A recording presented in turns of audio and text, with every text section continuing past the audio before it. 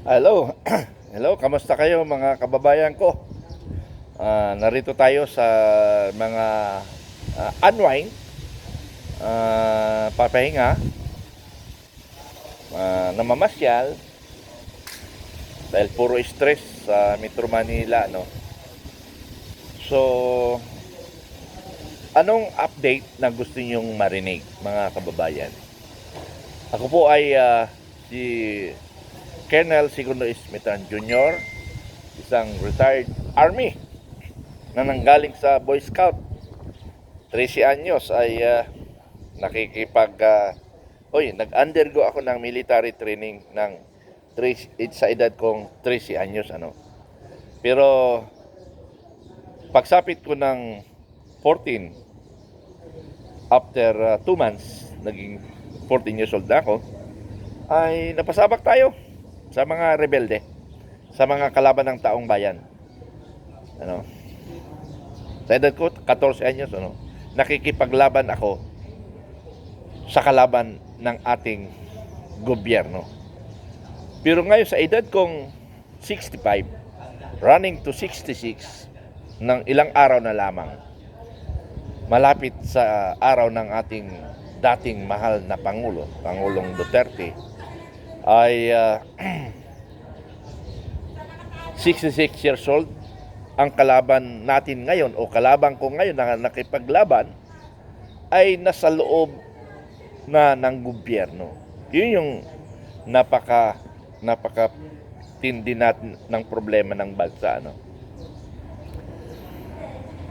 Dati talagang nakipagpatayan ako kapalit ng aking buhay sa edad na 14 para lang hindi maagaw ang aming bayang Sinilangan, ang UP Maguindanao. Pero kung kailan ako nasa dulo na ng buhay ko, ang kalaban ko sa loob ng gobyerno, nasa loob na ang sindikato. Nasa loob na ang sindikato ng bansang Pilipinas. Ako ay nagtataka ngayon, since nabuhay, nasatag o nakilala ang bansang Pilipinas, sinusundan ko yung history. Wala akong nakita na masabing nasa loob ang sindikato sa gobyerno. Mayroong medyo in history nakalagay na anong tawag nito, mayroong medyo iba talaga pangyayari. Yung panahon nila Aguinaldo at Bonifacio, sila mismo nagpatayan. Pero sa ngayon, iba ay sindikato nasa loob ng gobyerno. Napakagaling ng administration ngayon. Alam niyo bakit? Yung maliliit na bata, mga nasa eskwelahan nag-aaral, parang lumalabas na ang mali ay yung nagreklamo. Pero yung gumagawa ng kalokohan sa ating bayang Pilipinas ay siya pang nagiging lumalabas na bida. Bakit? Napakagaling nila sa social media. Napakagaling nila mag-influence ng ating kababayan na lahat yung lumilitaw ngayon ay walang katotohanan. Pero kayo, mga kababayang Pilipino, tatanungin ko kayo, wala ba kayong naramdaman, napapansin, na nangyayari sa ating bayan? Hello, kaibigan. Halika mo na. Kunting ko lang kasi mayroon akong bisita Ito, bisita ko. Baka kilala niyo ito. Yan, magandang hapon sa inyong lahat. Magandang umaga mga kababayan. Tuloy lang tayo sa pakikipaglaban natin. Oh. Okay, sige. At medyo busy yata. Yun si Commander o Kuya Prats. Prak. Okay. Aha. Hindi ko malubos maisip ang bansa natin. Nabuo ang ating gobyerno sa mga sindikato. Naubos ang kaban ng bayan, trilyon-trilyon ng pesos, dinadala sa mga magnanakaw na mga Pilipino na nasa gobyerno. Tapos yung 18 brave soldiers, 16 ang Marines at saka 2 Army, ay sila pa yung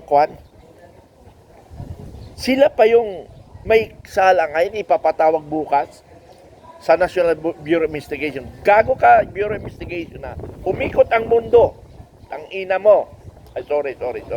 I'm sorry. Bawal. Ano? Hindi, kasi nakagalit, ano. But anyway, NBI, Director, sana naman yung pagpapatawag mo, lilinawin mo yung mga sinabi nila kung may katotohanan o wala. Dalawa lang naman ang pupuntahan mo, NBI Director, ano? Una, alamin mo, totoo bang sinabi nila? Uhulihin mo kung mayroong nasa likod. Tama, hindi. Now, halimbawa, NBI Director, at napatunayan mo na totoo yung sinasabi nila, ano ang gagawin mo? Pag wala kang gagawin, ako may gagawin sa'yo. Tandaan mo mamapasyalan kita, bubulungan kita, na sana naman maging neutral tayo. Yun ang ibig ko sabihin, kaibigan. Pasyalan kita sa bang bahay mo. Ako ang bahay ko sa sitio Puting Bato, Barangay Inarawan, Antipolo City. Pwede tayo magkita doon. Pero ikaw, NBI Director, hindi. Malalaman naman yun kasi hindi na imposible kasi ngayon na kung saan ka nakatira, madaling malaman. Papasyalan kita, NBI Director, kung ano ang nagiging resulta sa pagpatawag mo sa 18 brave soldiers. Aalamin mo lang kung totoo ba yung sinasabi nila? Mayroon ba na sa likod? Okay. Talking of mayroon ba sa likod? Halimbawa, mayroon sa likod. Pero totoo naman, anong magiging decision mo? Ang i-insist mo ngayon, hindi kasi tinulak lang yung ganito . Pero totoo nga sinasabi nila, anong gagawin mo ngayon? Di ba? NBI Director, huwag mo ititwist. Huwag mo silang takutin. Case yung kakasuhan. Huwag ka na magsalita ng ganong kakasuhan. Darating naman doon yun . Ngayon, hindi ko narinig kung sinasabi mong kakasuhan . Pinatawag mo lang . Bilang isang NBI Director, tabaho nyo yun. Ipatawag. Pero parang term na mali . Pinatawag. O, iniimbitahan mo kaya. Kasi pag pinatawag, parang may kasalanan na sila . Di ba? Dapat invitation. NBI Director, tinuturuan kita. Dahil sabi ko nga, ang lahat ng matatalino ngayon sa panahon ngayon, nagiging bobo sila pag-usaping malita-malita. Nagiging bobo sila pag-usaping malita-malita. Yun yung problema ng mga kababayan. Maraming Pilipino nababayaran. Anong klase kay Pilipino? Kayo naman mga kamag-anak, kaanak ng pamilya, mga tarantado magnanakaw. Pwede ba, hiling ko lang Pilipino rin tayo . Pwede ba pagsabihan nyo, tatay, nanay, kuya, kapatid, pamangkin, ayusin nyo nga yung gobyerno natin. Hindi yung ganito. Kasi mahirap masabi na marami kang pera, pero galing naman sa pera ng taong bayan. Napakahirap, kababayan. Sorry mga kababayan, sorry. Kasi hindi ko maintindihan bakit maraming Pilipino na hindi nakakaintindi sa paliwanag. May mga ibang opinyong Pilipino, sinasabi nila, tinatakot yung 18 brave soldiers na kakasuhan. Bakit nyo tatakutin? Dapat magpasalamat nga kayo . may taong naglakas loob maglitaw ng katotohanan. Bakit nyo huhusgahan?